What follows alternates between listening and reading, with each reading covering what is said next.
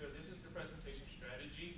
The presentation strategy is like a little bit of what you do to prepare for a presentation. So in the book it talks about AIM, and each letter of AIM stands for something. We're doing audience, but later on there will also be intent, which is to identify your intent and then to make the most of your message. So who are they? So there's basically two audiences you're presented to at the time. There's the primary audience, which is the people who are currently here. So in this situation, it's going to be the class I'm talking to. Then there's the secondary audiences who will eventually hear about the presentation. So like later on, if you guys end up talking to your friends like, oh hey, I saw a really good presentation with BCOM today, then that would be your secondary audience. So first off, you want to collect a lot of group data. Obviously, for a big group, you're going to want to be able to know how many people are there, so whether you have a microphone or how loud to speak. You also want to know the gender, race, religion, or culture, and that's basically to give your presentation something to focus on. So if it's a business corporation, you basically want to talk more about the business. Also, for a big group, you want to segment a big audience. So what that's talking about is like, if you have a big audience, you want to be able to separate them by like what they know. So if you're like in a business meeting, one half may be the business people and one half may be the researchers. So if you're talking to them, you might want to focus more of the business and financial aspects with the business people and like research information with the researchers. And then there's your secondary audience. And one of the things the book talks about is you want to expand the reach. So basically what you can do is ask your audience to share your information. So after this, like I could tell you guys, hey, talk about how to analyze your audience and learn to improve your presentation. You can also use social media. That's obviously a big part of showing your presentation to other people. Whether it be through YouTube or Facebook or with like a video, that's always a useful way to tell people more about the presentation. We can also pass out handouts. And handouts is a great way for us to basically tell you guys, like, this is what we want you guys to know, what to focus on throughout the presentation. And finally, you've got to consider, like, who your presentation is affecting outside of the classroom as well. Because at the end of the day, those are the people who are probably going to act on whatever you're presenting. And finally, for the secondary audience, you want to limit leaks. So for any presentation really in the business world, you want to not let out your financial business to like other people who might not be like involved with your company. So in that case, you want to limit leaks and kind of protect like the intent of your company. All right, and going into any presentation, the audience is always going to build up some type of expectations about the presentation. And one of those expectations is the time limit. And that deals with how long is your presentation going to last? When is it going to take place? For example, this presentation is supposed to take about 14 minutes. So it wouldn't be good for us to take about 30 minutes or too long to finish it, or like 14 seconds to finish it. And another expectation is visual aids, and that pertains to the handing out of outlines. Does the audience expect to be given something to follow through the outlines or handout? And that also deals with how you present your slides. Are there going to be lots of bullets? Is it going to be factual where you need all those bullets? Or is it something that you can get your message across with just pictures and those type of visuals? And the next expectations from an audience is the formality, and that deals with, one, how you dress. And today we're dressed business casual, but maybe the audience might expect some business professional piece to wear. And something else that goes with formality is your speaking going to be informal? Are you going to be talking to the audience like it's normal, or is it going to be a formal type of presentation? And the next thing about formality is how are you going to address the audience? Maybe Professor Smallwood would like to be called Margaret instead of Professor Smallwood. And next expectations is the content of your presentation, and that's just saying maybe Professor Smallwood or your boss posted a memo or announcement about what they want on these slides or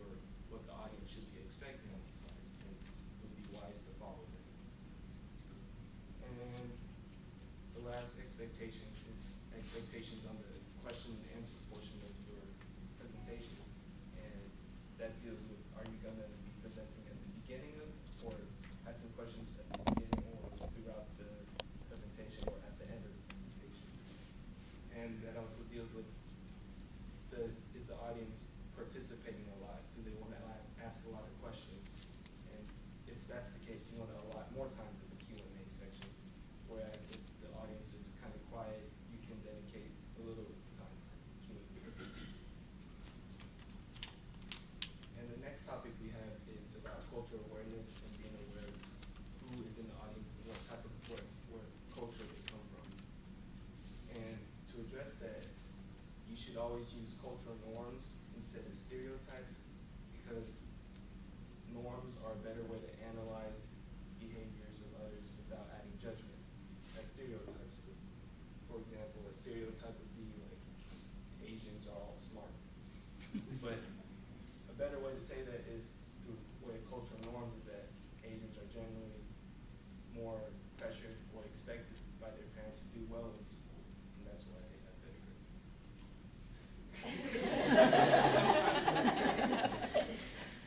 All right, and being aware of the culture will also affect strategy, like Chris was talking about earlier, with the audience, the intent, and the message. And maybe the audience, through their culture, they've learned to prize maybe wisdom, age, and experience, or as another culture might prize innovation, risk-taking, and youth. And the intent, maybe through their culture, they learn to be more time efficient and results focused, or rather like Eastern countries, they'd be more focused on building relationships as opposed to more of the results. And with the message and delivery through different cultures, you'll change how you speak or what type of gestures you use, because maybe some gesture might be offensive to a different culture, but maybe not yours. And as for visuals, that depending on the culture, they might focus differently on different colors or different images, and they might take these images with different meanings. And along with visuals, different cultures perceive colors differently. Maybe businessmen from Wall Street or something, they see red as a more danger sign that stocks plummeted or something. But more in Eastern culture, they see red as a sign of good luck and good fortune. So it's always good to be culturally aware of your audience so you can better connect and send your message to them. And the next part is the benefits statement. And as a presenter, when you have an audience out there, you want to know what they're looking for in the presentation as well. Like everyone has like a what's in it for me kind of attitude. Not everyone, but like it tends to be like that. And so when you go in as a presentation, you want to be able to figure out what does the audience like want from this. Like what can I give them for them to also like reciprocate it back from me and give me something. So you make like a benefit statement. There's three steps to a benefit statement. The first one is to identify the features. When you identify the feature, there's any kind of facts and features about your presentation or your idea you're proposing or any kind of plan you're giving out there. And that's so any kind of features you have there. But the second step is the apply audience filter, and that one's very important. That one you want to determine if those facts and those features actually benefit the people in your audience, or if they benefit like the customers or consumers of your idea or plan. So, like for example, a feature of this presentation right now isn't exactly an entertainment value, but I give you facts and knowledge to do well in the quiz, do well in the class, and that's going to be more like a benefit than other things.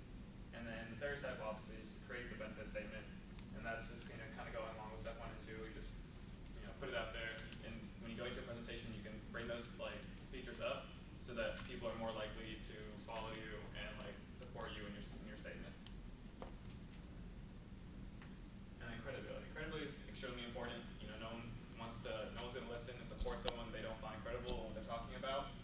And there's two types of credibility that the book talks about. The first one is competence credibility, and it comes with a couple of like different like subtypes. Authority. I mean that's obvious. The CEO is going up there, or the decision maker is going up to present. Then the audience tends to find them more credible because they've done something to work their way up. They've done something to earn that power. So they have the authority in the room, and then therefore like usually the support, or at least like the focus and the attention of the audience. Expertise just works just as well. If someone's going up and they're very knowledgeable about the information about the topic they're talking about, then you tend to listen to them. Just like when you watch the news, you watch like sports reporters, you know, they've done their research, they've got their facts, so you tend to find them as credible sources. And association with experts goes slightly along that line. It's like I'm not exactly an expert on this, but I've read the book, I've done my research, so I can give you my information through association with like research. Symbols of competence is a little tricky. It's kind of like just it's not necessarily about my expertise or knowledge about the situation, but just me like being like ready, having a PowerPoint ready, having being like just competent in what I'm doing, what I'm saying. And delivery skill, that one's kind of straightforward. If I'm poised, confident, talking about what I should be talking about, getting the content across that I should be getting across, then that also gives me credibility from the audience. And then the second type of credibility is character credibility. This one I guess works more like subconsciously to the audience. You don't really tend to look at these things, but they make you feel like the presenter's more credible. And it works just as well, if not better, than confidence credibility. Lots of people out there, you probably give Donald Trump this kind of credibility. Maybe he doesn't have the expertise or the knowledge or the authority in this sort of campaign, but he has like the good news, the goodwill, like that extra something that's like something to him to give him that kind of credibility. And so there's three types. Good news is one of them. If I'm giving you all good news, then you're more likely to like me. You put me in a better light because I'm coming out with you with good news. And attractiveness, the book says it that way. If the presenters are, I guess, dressed better, look well groomed, maybe just more attractive or not, then the audience tends to follow them and support them as well, and find them more credible. And a good rule, that's kind of like you scratch my back, I scratch yours. If I'm going to help you guys out, I'm going to give you something to look forward to, then you'll be willing to do the same for me. You'll reciprocate that kind of goodwill towards me, and that will and that's another form of credibility on my side. And I think that's going to end our presentation. Does anyone have any questions? Well, then that's it then, I guess.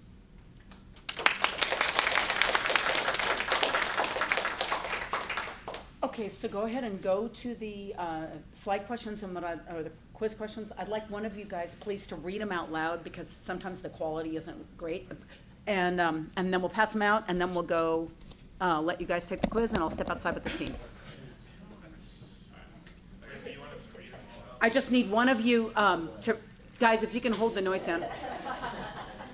I just need one member of the team to read the quiz questions for the video.